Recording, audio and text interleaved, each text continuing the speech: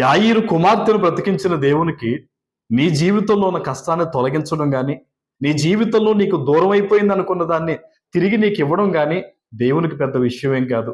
అయితే యాయీరుకి 2 విషయాలు దేవుడు తెలియజేశారు.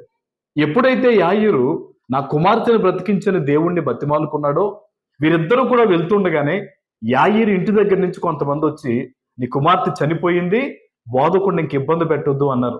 అప్పుడు దేవుడు ఒక మాట చెప్పారు, వారిని లక్ష్య పెట్టొద్దు అని. ఈరోజు నీ జీవిత ప్రయాణంలో కూడా యేసు ప్రభుతో కలిసి నువ్వు అడుగులు వేస్తూ ఉన్నప్పుడు చాలా మందికి జరిగే విషయాలు నువ్వు చూసి, నా వ్యాపారం ఇలా ఉంటుందేమో, నా ఉద్యోగం ఇలా ఉంటుందేమో, నా జీవితం ఇలా అయిపోతుందేమో అని నువ్వు భయపడొద్దు. నువ్వు దేవుని మాత్రమే చూడు, ఆయన మాటలు మాత్రమే పట్టించుకో. యాయీరుకి దేవుడు అదే చెప్పాడు, నమ్మిక ఉంచు, భయపడొద్దు, నీ కుమార్తె బ్రతుకుద్ది అని దేవుడు చెప్పి ఒక్క మాటతో తనని లేపినట్టుగా మనం చూస్తూ ఉన్నాం.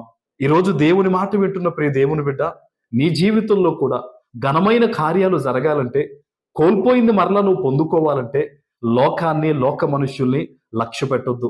దేవుని మీద ఆధారపడి ఆయన ఏదైనా చేయగలడని నువ్వు నమ్మి ప్రార్థన చేస్తే నీ జీవితంలో కోల్పోయిన ప్రతిదీ కూడా నువ్వు తిరిగి పొందుకుంటావు.